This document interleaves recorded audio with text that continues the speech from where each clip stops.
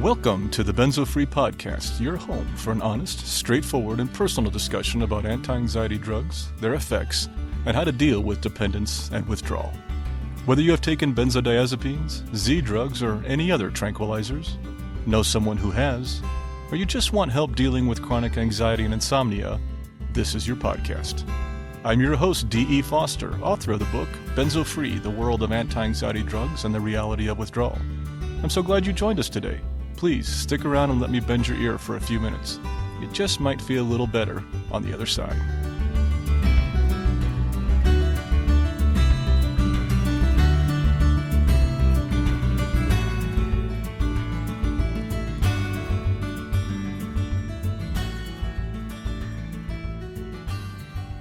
Hello there, this is Dee, and welcome to episode 38 of the Benzo Free Podcast. My introduction is going to be of singular focus today, as many of you might expect. In case you haven't heard, this is a very sad time in the benzo community. On Sunday, I received an email from a member of the Ashton family, as did some others in the benzo community. The news was solemn but not unexpected. On September 15th, 2019, Professor C. Heather Ashton passed away. As most of you know, Professor Ashton is and always has been the heart of the benzo community. Her manual is the Bible for benzo withdrawal, period. And her legacy lives on in each and every one of us who have used her manual to help us recover and heal from these medications. In lieu of flowers, the family has requested that donations to Dementia UK would be preferred. Dementia UK is a registered charity providing dementia support, and I've included a link for donations in our show notes and on our tribute page. Services for Professor Ashton will be a private affair per the family's request, and I would like to ask you to please respect their wishes. If you would like to read John Ashton's letter regarding the funeral and his request of the benzo community, please read my blog post from Tuesday. I'll put a link to it in the show notes. Professor Ashton's family has requested privacy during this time and would prefer not to be contacted directly.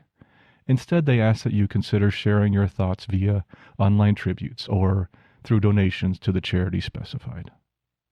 And that being said, on Tuesday, Benzo Free launched a tribute page on our website, which can be found at benzofree.org/tribute.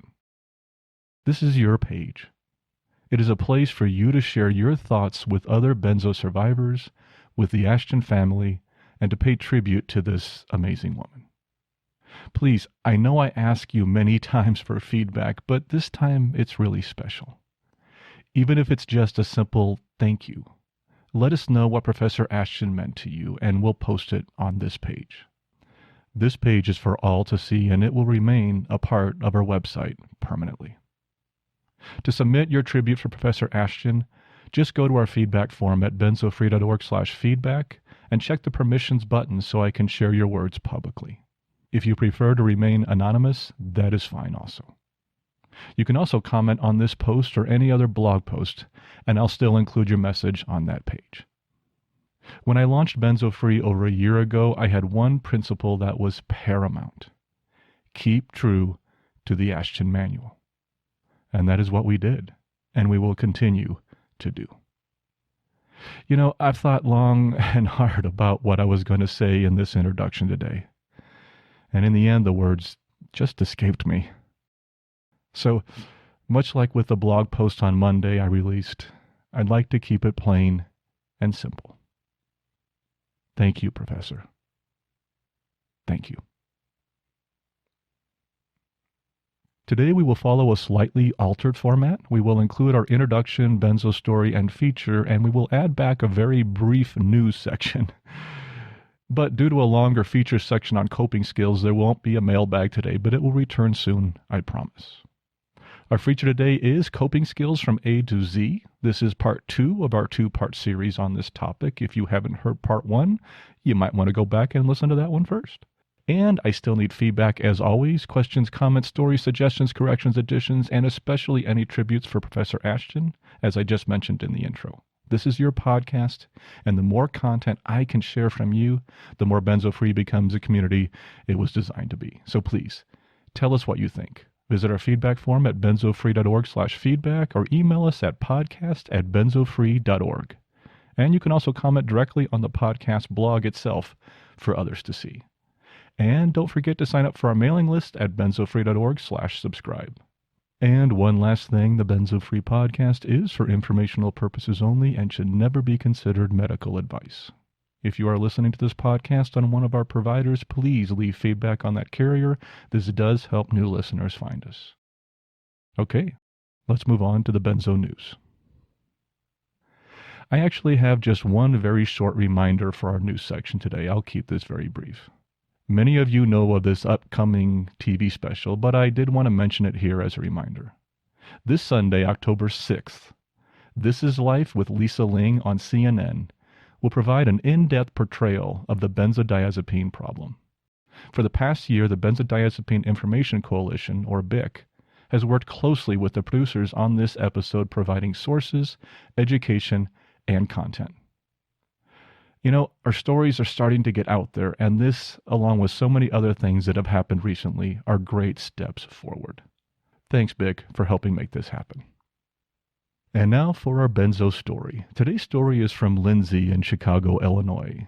Like so many of the stories we share here, this one may be difficult for some to hear.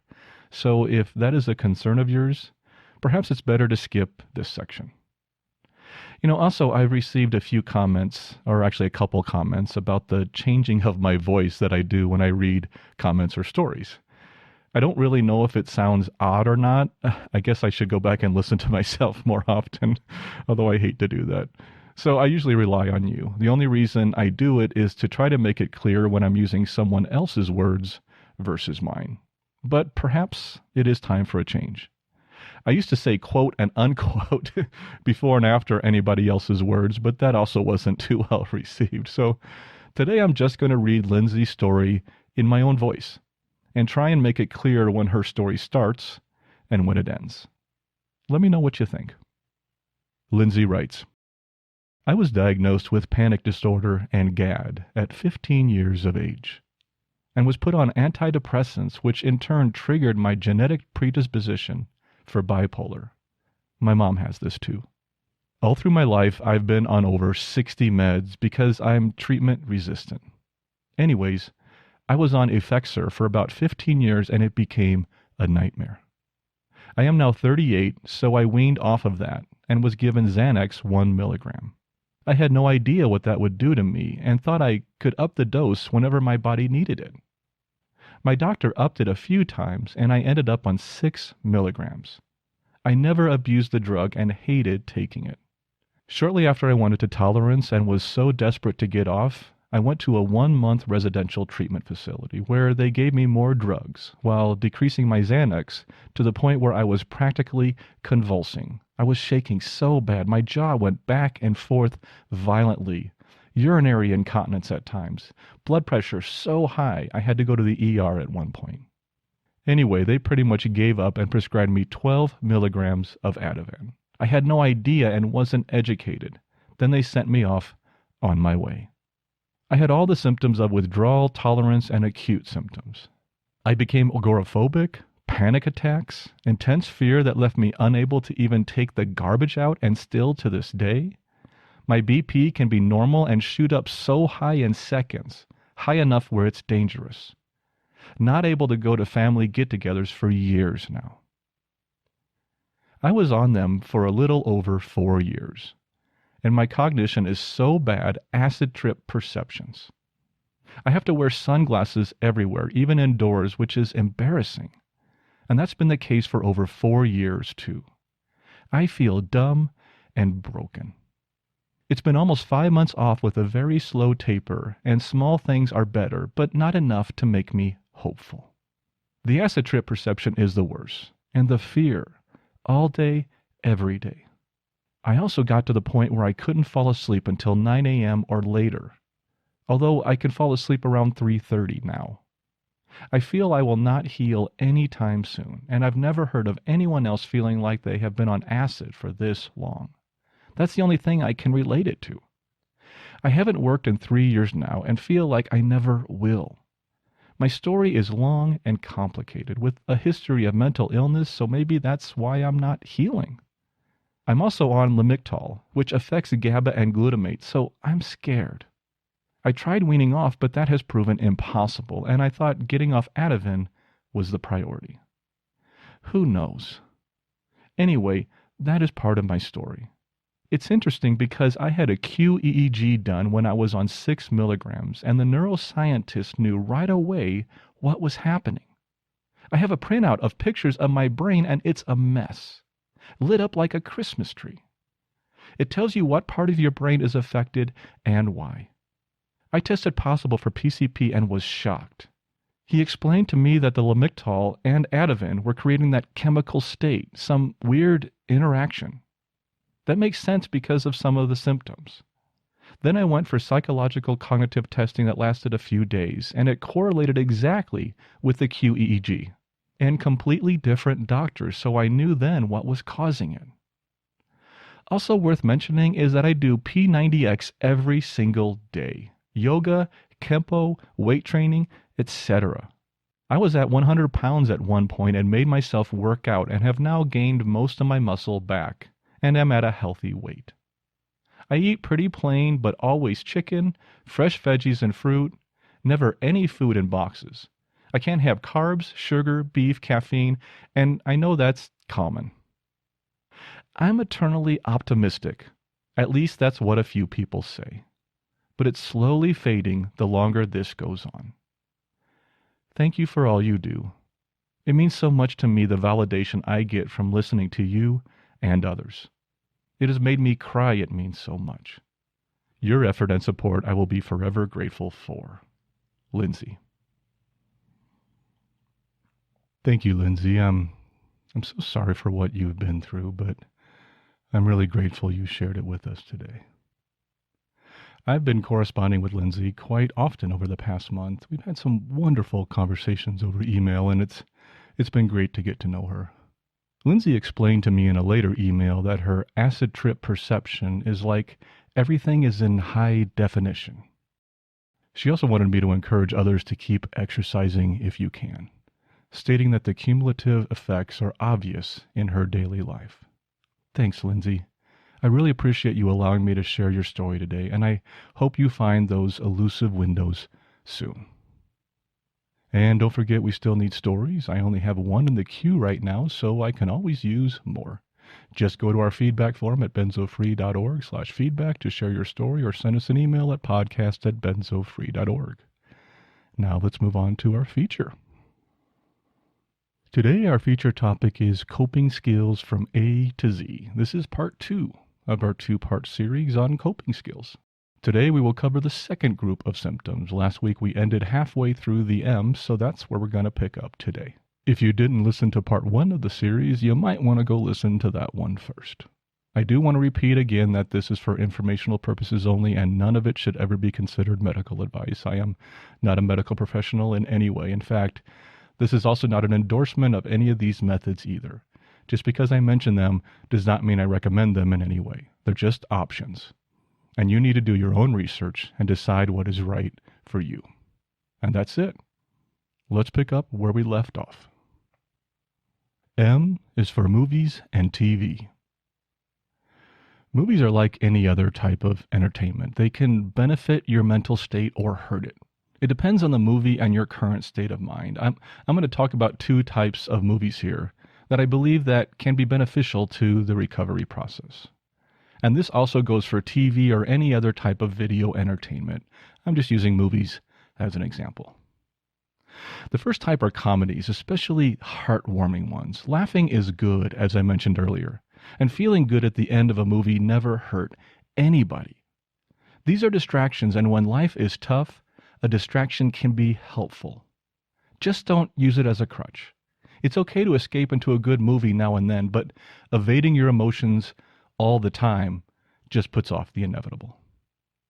The second type of movie I would like to discuss is the tearjerker. I know this may sound counterintuitive, but studies have learned that sad movies are very cathartic and can help in the emotional healing process. As I mentioned before, I have discovered the joy of crying during my withdrawal. And one of the best methods for triggering that is a good, sad movie.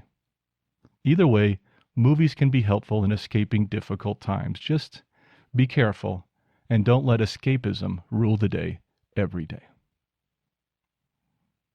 M is for music. And since we're already on a theme here with the movies, let's look at music. Nothing elaborate here. Do you like music? Me too. It can make me feel good, and science has actually backed that up. There's been a lot of studies on anxiety and music. In fact, a group of researchers have created a song that has reduced anxiety by up to 65% in people who listen to it. Crazy. I know. Scientists at MindLab in the UK teamed up with Marconi Union to create a song that was designed to soothe and reduce stress. And they did it. The song is called Weightless. It's had 49 million views so far, so I wonder if they might be onto something here. But that's just one example of music's soothing nature. It doesn't have to be a scientifically designed song to help you relax.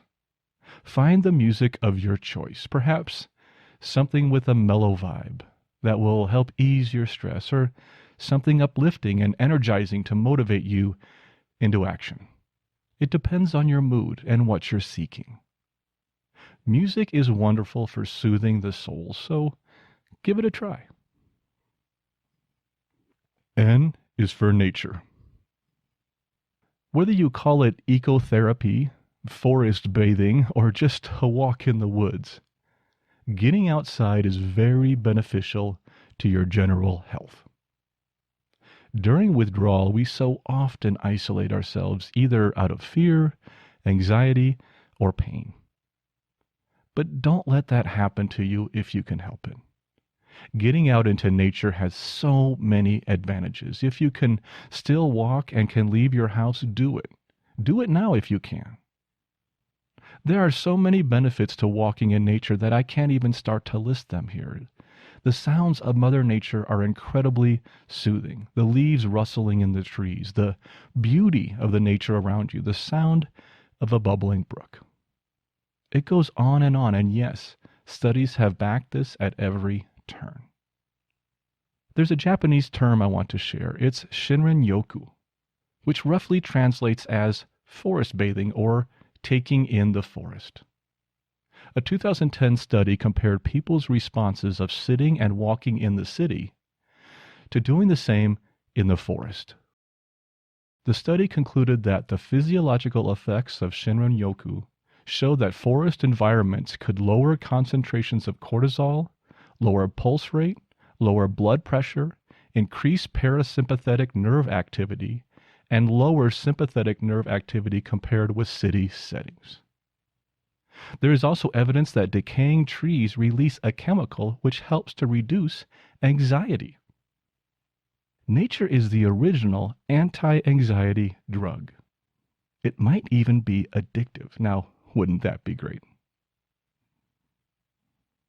P is for pace yourself. When you are in the middle of withdrawal, you know you can only do so much. And we often limit our activities because the consequences are too painful.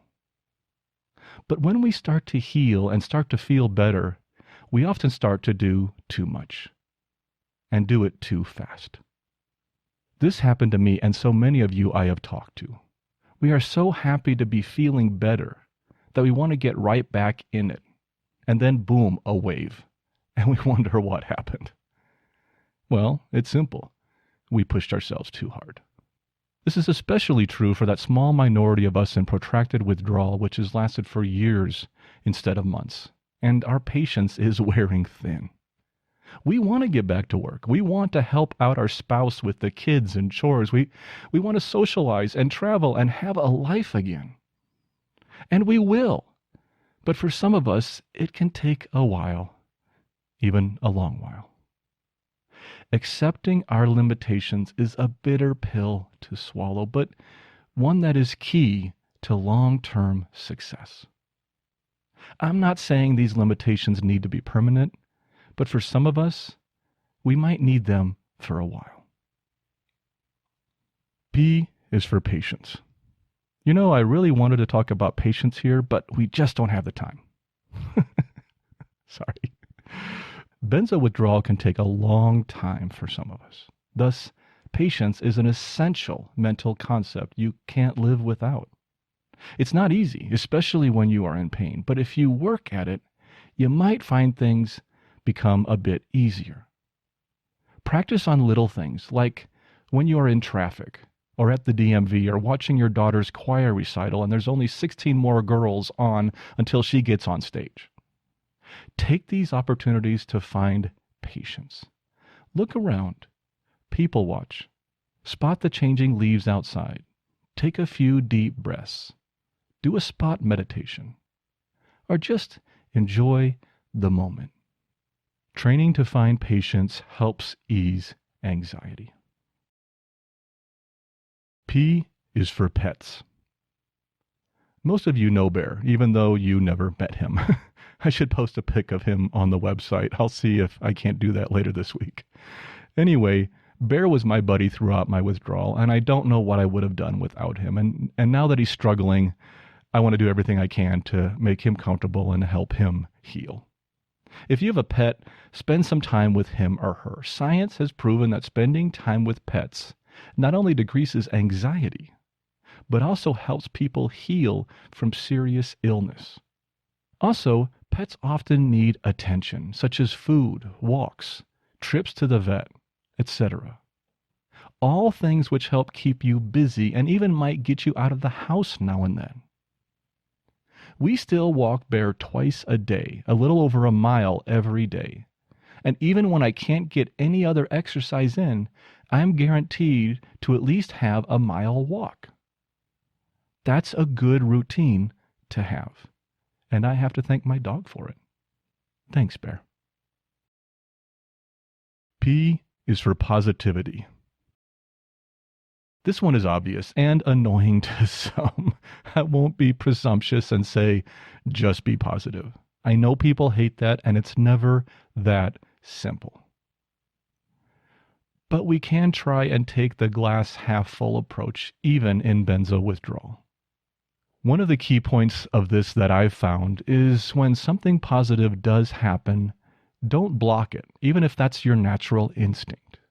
I would often block positive thoughts because I was in the middle of withdrawal and I knew things were going to get bad again soon, so why bother? But that just doesn't make sense. Life is an ebb and flow of positive and negative thoughts and emotions. That's what it is.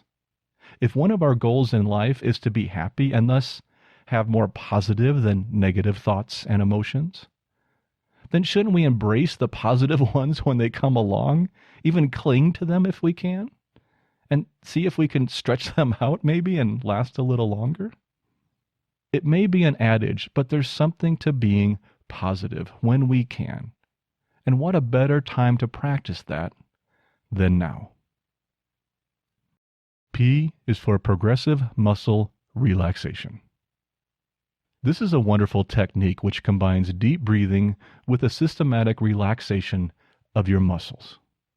And like most breathing exercises, it's very easy to do. All you have to do is start by slowing and deepening your breath to relax. Then start with your head or start with your feet. And just tense a specific area of your body for 5 seconds, like your forehead or your left foot. After the 5 seconds, relax it for 20 to 30 seconds. And then do this again with the next body part. You might be surprised where you find the tension in your body and how good it feels to relax that. Here's a quote from the website for National Jewish Health. Progressive relaxation yields a variety of benefits, including the development of a feeling of well-being, lowered blood pressure, decreased muscle tension, thereby reducing the body's need for oxygen and reducing fatigue and anxiety. National Jewish Health also has a progression list for each area on their website if you want to check it out. I put a link in the show notes. To fully benefit from this technique, it's good to create a habit of it and set aside 3 to 5 sessions a week for relaxing. Since our muscles take a big hit in benzo withdrawal in addition to anxiety and our nerve damage, this is a great technique to work on all areas. There are even videos on YouTube to help you with this if you'd like some guidance. Just do a search for progressive muscle relaxation and you will find them. Q is for quiet place. One of the keys to withdrawal can be finding solace, a place where you can shut out the world for a while and just be quiet and rest and recover. Sometimes it's a room of your home or your basement or the garage or perhaps a spot by the stream on the trail or your back patio. Wherever it is, even if it's multiple places, have a place you can go to recharge. And let your loved ones know what that is, that it's a quiet place, and when you are here, it's time to leave you alone, even if it's just for 15 minutes. Now, I'm not blind to many people's demands on their time, and finding a real quiet place when you have 3 kids, a spouse, and job, and the in-laws visiting is not going to be an easy task. But do what you can. I know some of you even find solace in your car when it's sitting in the garage. It doesn't matter where, but when you hit a wall and you're about to burst, finding a place to escape to for even a few minutes can be a real lifesaver. R is for reminders. This was a technique that I used quite often during my withdrawal. Let me explain. There are hundreds, perhaps thousands of coping techniques for benzo withdrawal, for stress, anxiety, depression, and any other condition. But sometimes, especially in benzo withdrawal, we don't remember what they are, especially when we need them. I found that I would come across a saying or a mantra or a thought or an exercise or a way of looking at the world, and it would help me when my mind went dark or became too stressed. But I couldn't always remember these the next time I needed them. We all find coping skills which help us along our path. Perhaps some of these in the list today are some of them, but they don't help much if you can't remember them.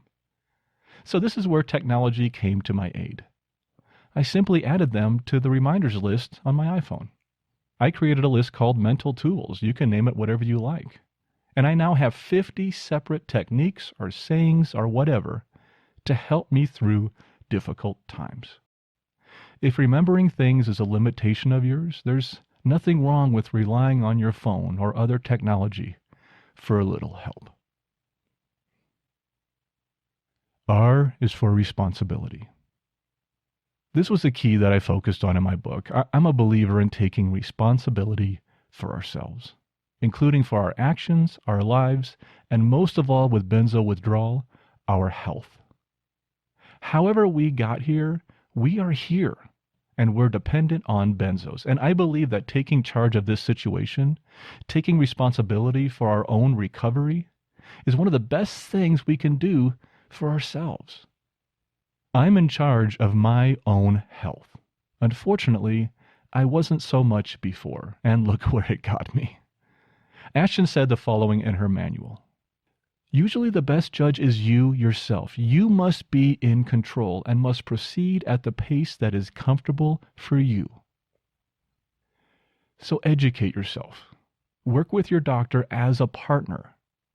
You have a say in your own treatment. Remember that. It's your health, your life.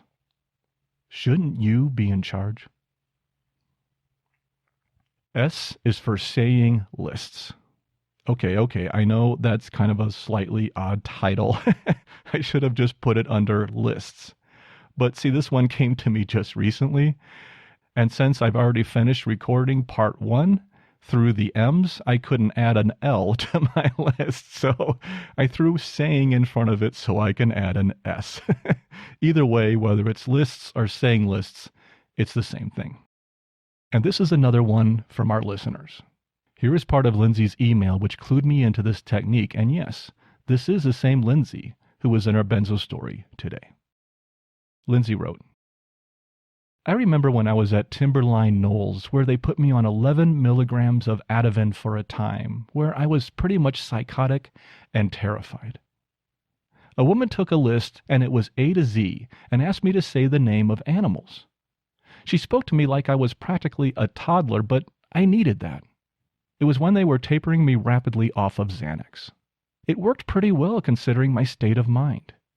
It kept my mind busy, and to this day I use the list as a coping tool, especially if my mind is racing at night.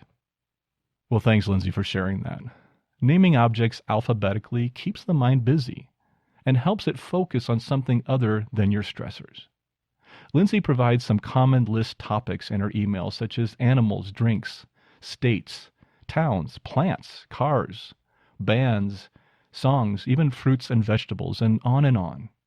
I investigated this technique a bit after receiving Lindsay's email and found that it is a common technique for calming children when they are emotionally stressed, but it also has been found equally effective in adults. Either way, it's a technique to keep your mind busy and keep your mind in a rhythmic exercise, so it isn't going to those dark places that we visit so often.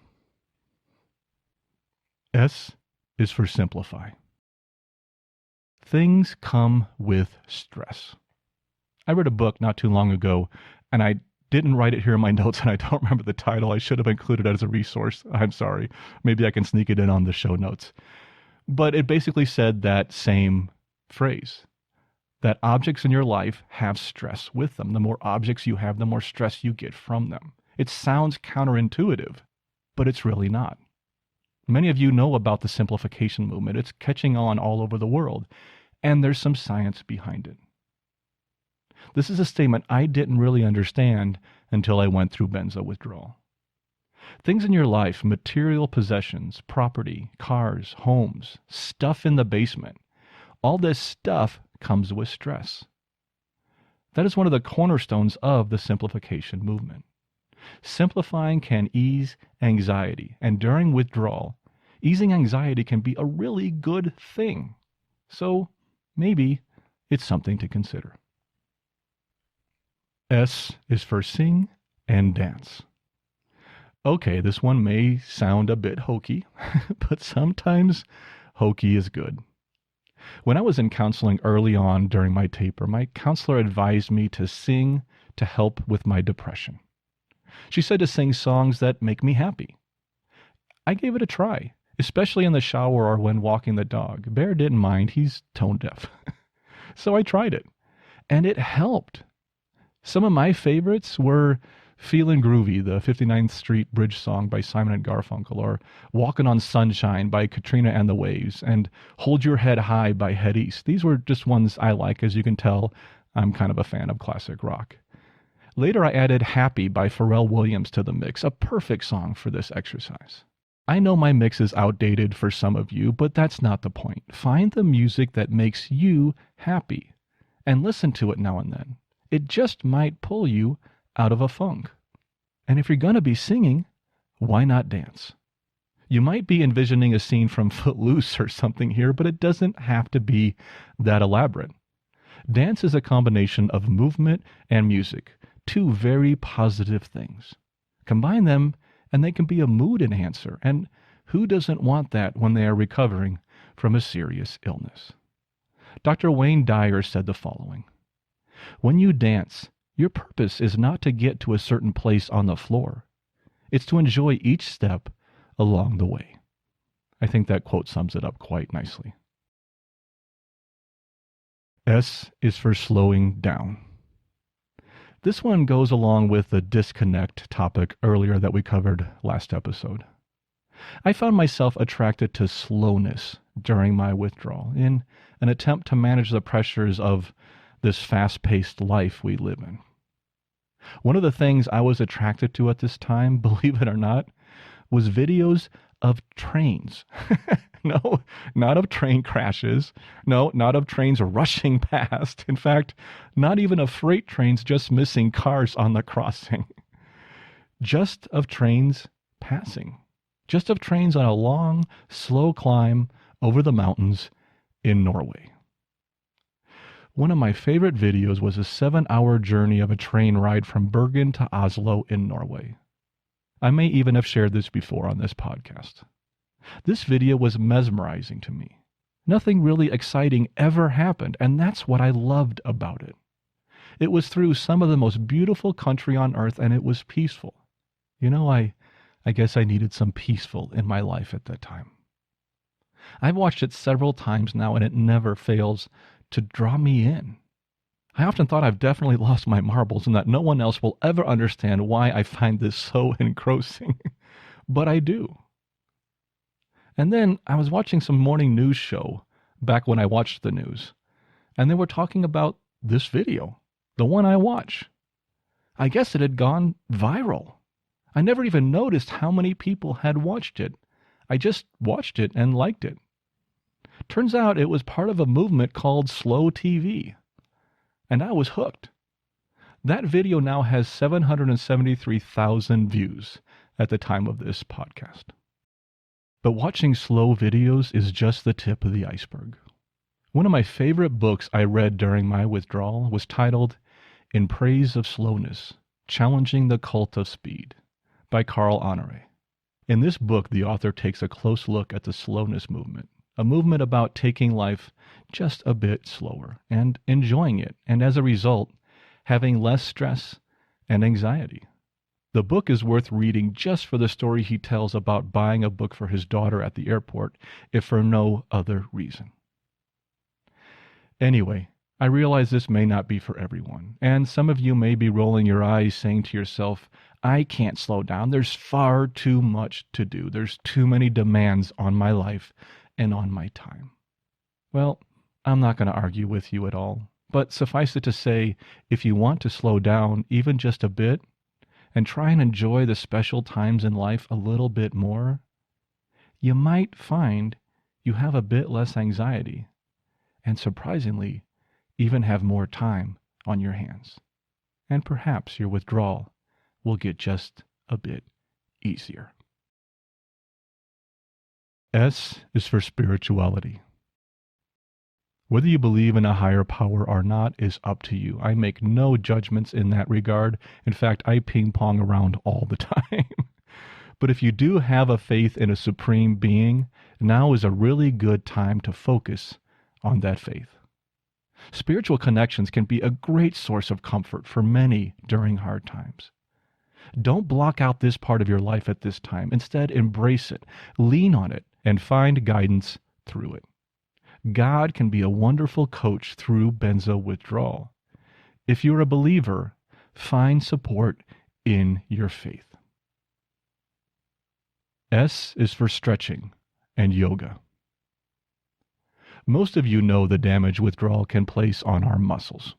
Not only are the nerves damaged, sending messed up signals, but our muscles are now missing a muscle relaxant, which is part of some of these drugs. Thus, it's important to take care of our muscles during this time, and that should incorporate stretching, especially before and after exercising. Yoga is a wonderful method for stretching, and it combines meditation and mindfulness, which all help manage your anxiety. It's like the perfect combination. Saying that, I should also be honest with you and say I haven't gone in a few months. I need to find a class again and start going back. We all get busy, and I do it too, so I'm just admitting to you up front, as much as I know yoga is a wonderful thing for us, I'm not great on follow-through, but I'm going to try, and I'm going to try to get back to a class and do it more often. One word of caution, though, as I mentioned before in an earlier topic, our muscles can be very tight during this time, so please remember to take it easy. You can pull a muscle easily in benzo withdrawal, so listen to your body and adjust. T is for tapping.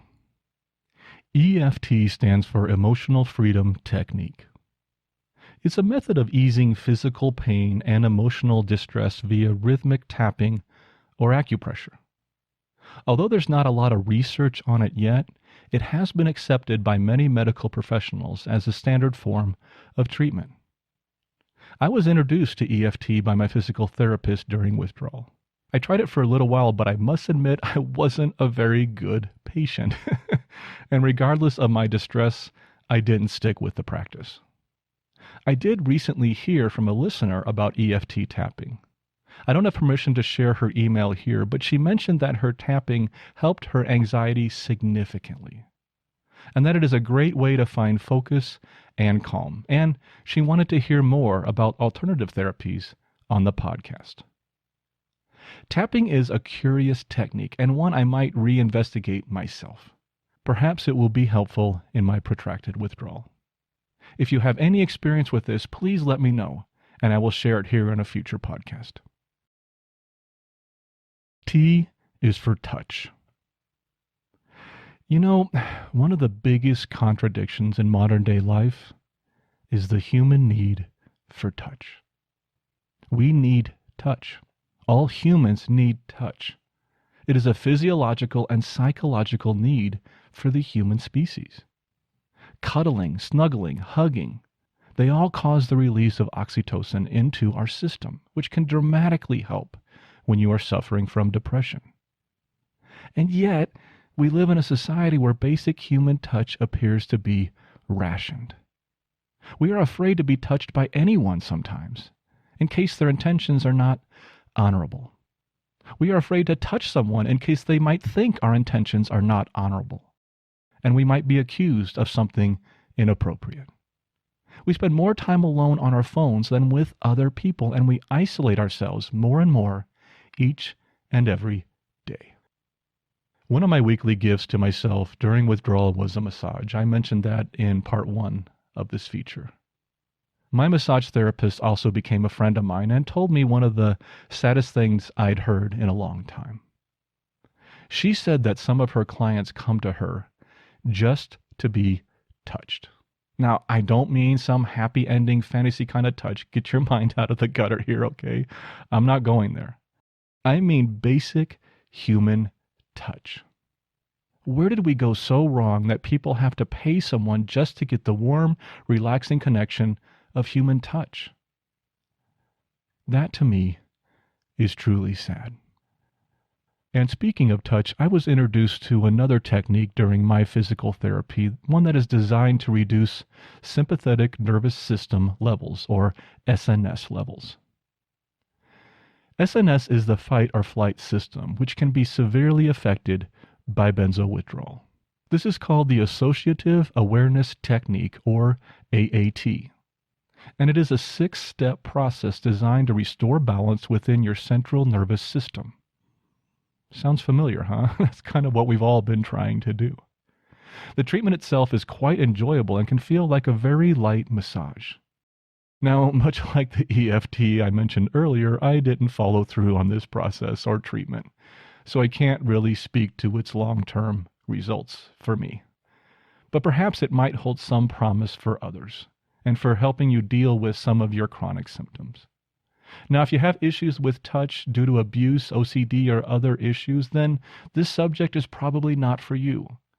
You need to set boundaries which work for you. But for the rest of us, perhaps there is a message here. Touching is incredibly powerful. Sure, we can't go around indiscriminately touching people. We can get in a lot of trouble for that. But where it is socially acceptable, such as with family, close friends, in a professional therapy setting, its benefits can be incredibly helpful. T is for treat yourself. I've spoken about this before, but I think it's important to mention it again, as I've done with some of the other things in this list. Add a little luxury to your life. I know it's hard to enjoy anything in the middle of severe withdrawal, and I struggled with that too, but sometimes you just need to do something nice for yourself. Perhaps go to a movie if the noise and crowds aren't too much for you, or buy yourself an ice cream cone, you know, the good ones with all those mix-ins, and a chocolate-dipped cone covered in nuts. That is, if sugar isn't a trigger for you. Or buy yourself that new dress or pair of shoes, even if you don't get outside much anymore and are only wearing it for yourself.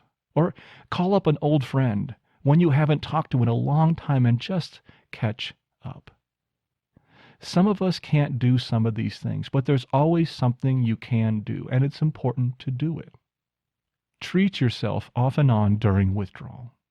You are going through a hell of a time. You deserve this. T is for trigger limitations. Every one of us who struggles with benzo withdrawal has triggers. I mean triggers. Although Tigger might be a good character to mention here. Actually, Tigger was my favorite character of all the Winnie the Pooh characters. I used to love that guy and had a couple t-shirts with him on me. And, he's probably a great mascot for us sometimes to just look on the bright side, be bouncy, have energy, and not let all the crap get us down. But that's not the topic here. I'm sorry, I digress. Let me back up a second. Every one of us who struggles with benzo withdrawal has triggers, not Tiggers. Whether they are mental triggers or physical triggers, they can make our symptoms and thus our entire withdrawal worse. Now, I'm all for facing your triggers and your Tiggers if you need to, and I highly encourage that when the time is right. But when we are in distress from the complications of withdrawal, it's probably not the right time. If reading horror stories on online benzo groups is a trigger for you, then sign off. While these sites can be helpful at times, they can also make things worse. I've even heard from a few of you that this podcast can be a trigger, especially when hearing the stories of struggles that some have faced. And that's why we've added the index to the show notes so you can skip over a section if needed.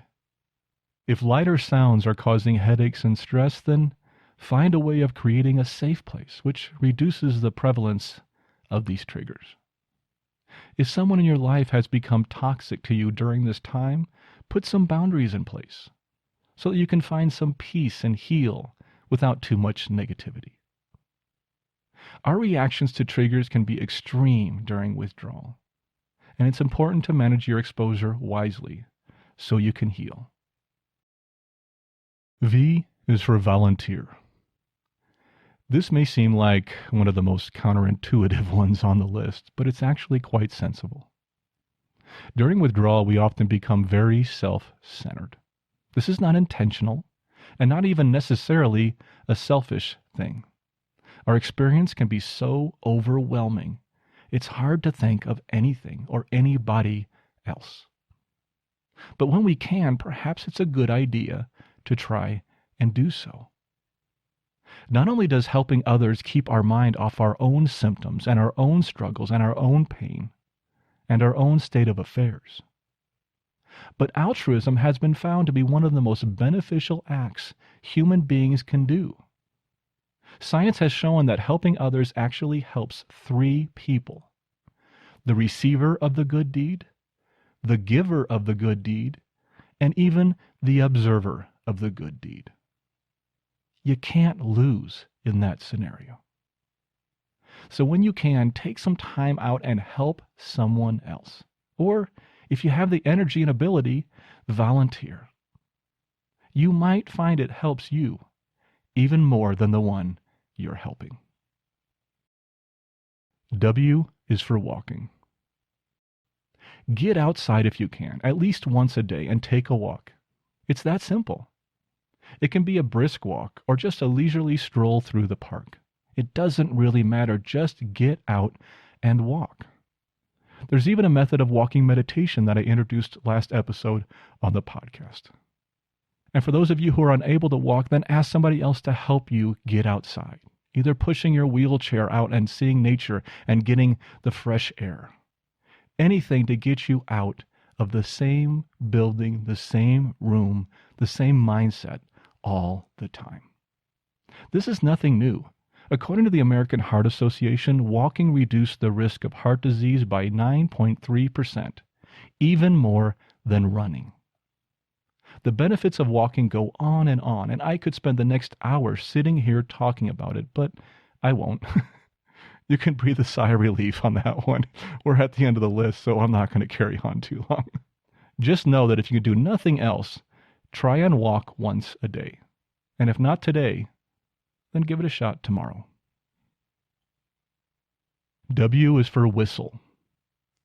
You know, science has shown that repeated habits can make a difference to our mood. Just as listening to music and dancing can help our mood, so can whistling. And the great thing about whistling is it's easy to do. Almost everybody can do it. You don't even need lessons. Some classic songs talk about whistling and their benefits, or even have whistling in them, like Whistle a Happy Tune or Whistle While You Work. Sitting on the Dock of the Bay has a great whistling section in it, or even the Andy Griffith theme song, if you go back that far. One of my all-time favorites, in fact, I just finished reading a memoir of the man who wrote this song, is Monty Python's Always Look on the Bright Side of Life. I'm an old Python nut, so that one stays in my head sometimes. In fact, that song is now the most requested song at British funerals. It seems like when songwriters want to talk about feeling good, they love to incorporate whistling. Maybe there's something to that. And now for something completely different. Z is for zucchini. Zucchini actually has nothing at all to do with this list. I just wanted to have a Z word, and I couldn't find one that really worked here. So I went with zucchini. So now I can actually say this list is from A to Z instead of A to W, which just doesn't sound as good. Now, I'm not saying zucchini isn't helpful in withdrawal. It's pretty nutritious, and I'm sure it is great for you during this time. But I'm just not sure it is a coping skill or has anything to do with what we're talking about today. It's the end of the list. I'm getting a bit stir-crazy, and I got desperate. If adding this one at the end gave you even the slightest chuckle, then it was worth it. And if it didn't, well, then you obviously have high comedic standards, and I applaud you. And that wraps up our feature. I'm going to put one more link in our show notes, just in case you are looking for some more options of coping skills. I came across the Robert Wood Johnson Medical School at Rutgers University, and they had an alphabetical list of stress management and coping skills on their website. Now, these are provided as a resource for parents of children with cystic fibrosis, but the list is a wonderful resource for anyone. Now, unfortunately, I did not come across this list until yesterday, when I was 98% done with today's script. So even though there might be a bit of duplication on their list with the list I covered today, this list was not used in my research. I guess I'm just going to have to do this list all over again and include some of their suggestions at that time.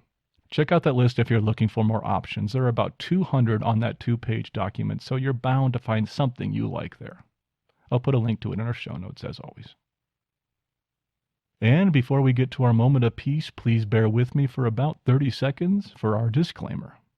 This podcast is for informational purposes only and should not be considered medical advice in any way. The host of this podcast is not a medical professional, nor is he engaged in rendering medical, health, or psychological advice, nor any other kind of personal or professional services. The views and opinions expressed by our listeners and interview guests on this podcast, whether read from textual submissions or presented in their own voice, do not necessarily reflect those of the Benzo Free podcast or of its host. Withdrawal, tapering, or any other change in dosage of benzodiazepines, non-benzodiazepines, or any other prescription drug should only be done under the direct supervision of a licensed physician. Our full disclaimer can be viewed on our website at benzofree.org/disclaimer. And that brings us to our closing, our moment of peace. It's just 1 minute, and it's an opportunity to quiet your mind a bit before you return to the chaos of the real world. The way this works is that I will give you a brief introduction, perhaps a suggestion of something to focus on. Then I will play a soft bell which will indicate the start of the 1 minute. This will be followed by another soft bell which will indicate the end of the 1 minute. And that will be the end of the episode. Feel free to continue to meditate if you choose. If not, continue on with your day. Please remember that you should only do this if you are in a safe place where you can close your eyes, relax, and let the world pass by without you for a minute. Today we are going to do a progressive relaxation as our meditation.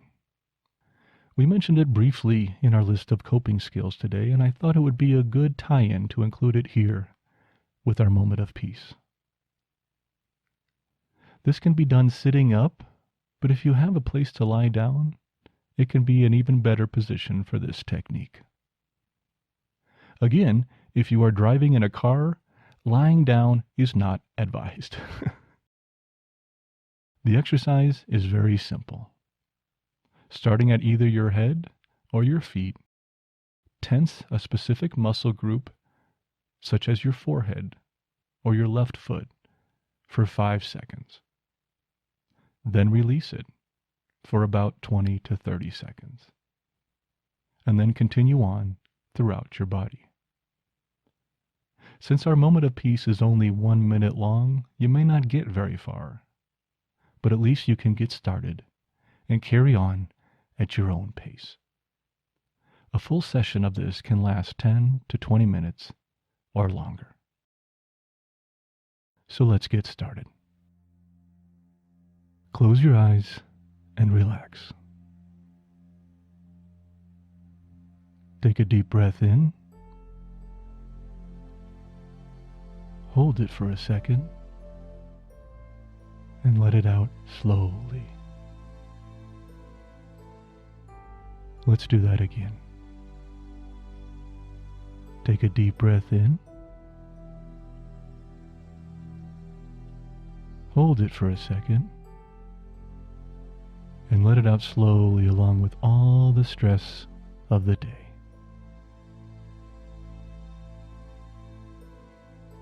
One more time. Take a deep breath in. Hold it for a second. Then let the breath out slowly, relaxing your entire body.